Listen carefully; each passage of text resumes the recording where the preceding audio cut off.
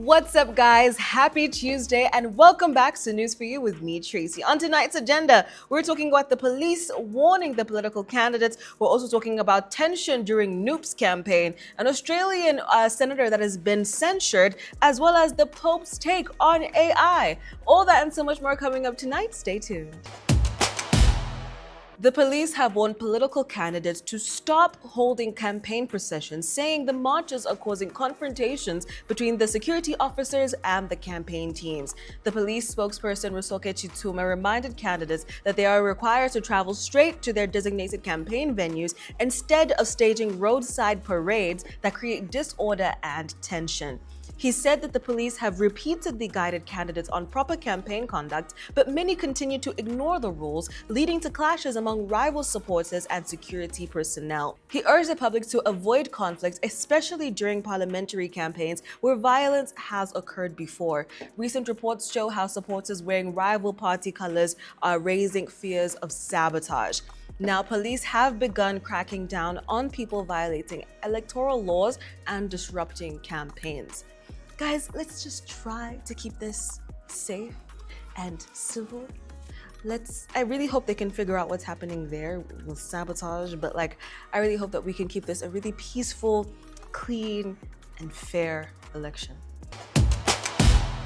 Tensions flared in Kawempe as new presidential candidate Robert Kyagulanyi held his Kampala campaign amid what was described as the heaviest security deployment of the season. Now, despite the tight presence, clashes repeatedly broke out between security forces and supporters at the NUP headquarters at Makere Kavule and along the procession route from the Mulago roundabout. Now, security blocked private vehicles, used tear gas, and later deployed a water cannon as crowds attempted to spill into business areas. Several people were injured and residents complained that the operation disrupted business. Now, Kyagulanyi criticized security for what he called excessive force and the arrest of over 180 supporters, questioning the police's mandate since the Electoral Commission had cleared campaign activities. At the Kawempe rally, residents raised concerns about poverty and unemployment, while NUP leaders urged both supporters and security officers to maintain peace throughout the campaign period.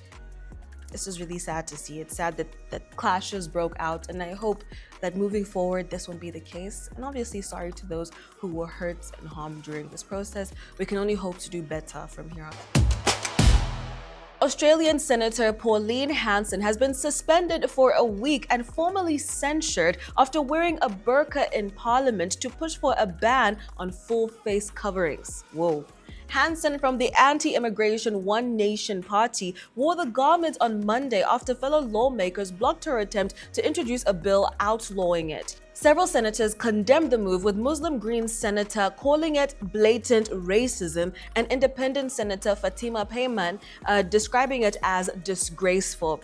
A censure motion moved by Foreign Minister Penny Wong passed overwhelmingly, stating that Hanson's actions mocked and vilified Muslims and were disrespectful to Muslim Australians. Yes, absolutely. Now, Hanson obviously defended herself online, saying that if Parliament objected to her wearing the burqa, it should ban it.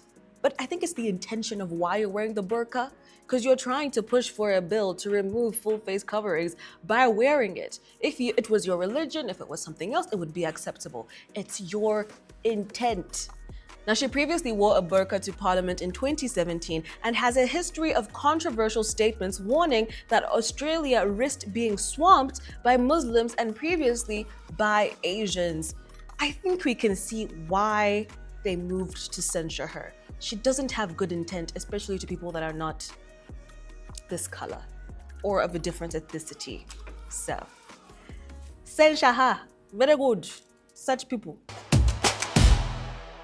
Pope Leo XIV used a live video link from the Vatican to speak to more than 15,000 young Catholics at the National Catholic Youth Conference in Indianapolis, urging them to use technology wisely and intentionally.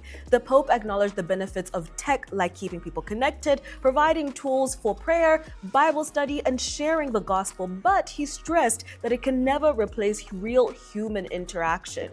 He told students to ensure that technology serves their lives rather than and controlling them, encouraging them to limit screen time and prioritize in-person relationships, prayer, and community involvement. He also reiterated his broader concern that AI and digital tools require serious ethical reflection and responsible governance for the good of humanity.